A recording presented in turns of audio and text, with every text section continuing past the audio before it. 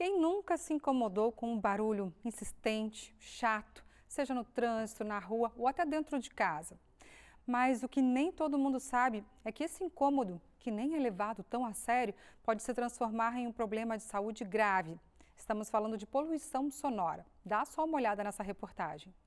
Buzinas, motores de carros, freadas bruscas, obras, música alta. É difícil encontrar alguém que não fique irritado ao passar muito tempo em um lugar barulhento, não é verdade? Você gosta de barulho? Barulho? Fora de hora, não. Depende do barulho, né? Por quê? Incomoda, né? Tem algum som que incomoda muito? Som, martelo, martelada. Você acha que alguns desses barulhos em algum momento já afetou sua saúde de algum jeito? Já, psicologicamente. Eu trabalho à noite, né? Aí quer descansar, força um pouquinho. Sabemos que um barulho muito alto pode fazer mal para a nossa audição. Alguns se consideram mais sensíveis do que outros. E talvez você já tenha se perguntado como isso acontece e por que os nossos ouvidos são tão sensíveis assim. A gente não tem uma sensibilidade a sons altos, na verdade, mas o nosso ouvido ele não é preparado para receber som de alta intensidade, principalmente se ocorrer com uma certa frequência, né? Com uma frequência alta ou sons extremamente altos. Porque apesar de ele ter mecanismo de proteção, a gente tem células dentro da nossa cóclea, que é a estrutura responsável por receber o som, que se essas células são expostas a um ruído muito intenso, elas são lesionadas. E uma vez lesionadas, essas células ciliadas, elas não se regeneram. Cerca de 10 milhões de brasileiros convivem com algum grau de surdez. Estima-se que 35% das perdas auditivas estejam relacionadas à exposição prolongada a volumes elevados, como shows, festas e o uso frequente de fones de ouvido. No cenário global, a OMS alerta que mais de 1 bilhão de jovens correm o risco de perda auditiva e a maioria dos casos está relacionada à exposição prolongada de ruídos no dia a dia. A poluição sonora é considerada um problema de saúde pública. Alguns estudos mostram que, além do incômodo, essa exposição pode causar danos à saúde que vão muito além de problemas ligados à audição. Danos até mesmo irreversíveis. Isso porque o corpo pode ter respostas de estresse, liberando substâncias como a adrenalina e o cortisol.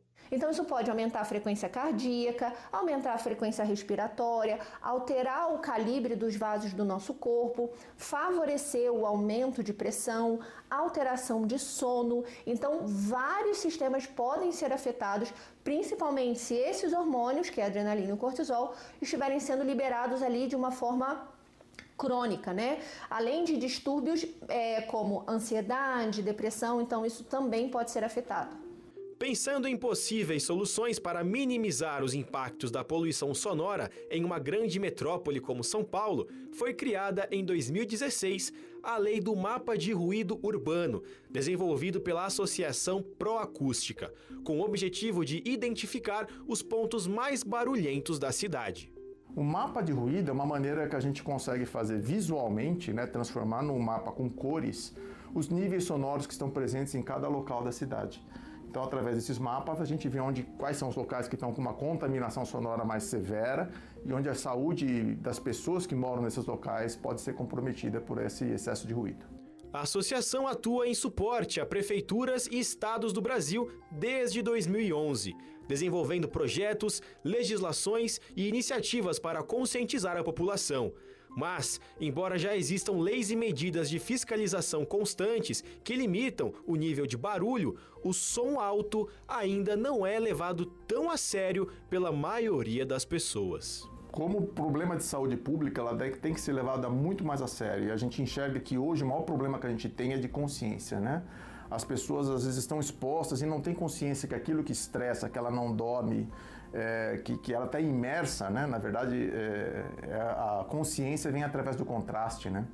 Então a gente precisa mostrar através desses mapas de ruído a situação atual para as pessoas e que elas tenham consciência de que existe uma solução. Então, para combater esse inimigo invisível, para se proteger da poluição sonora, a melhor estratégia continua sendo o cuidado individual, mudanças de hábitos e pequenas atitudes no dia a dia que podem fazer toda a diferença. O fone de ouvido ele não é um grande vilão se o paciente cuida do volume que ele está colocando.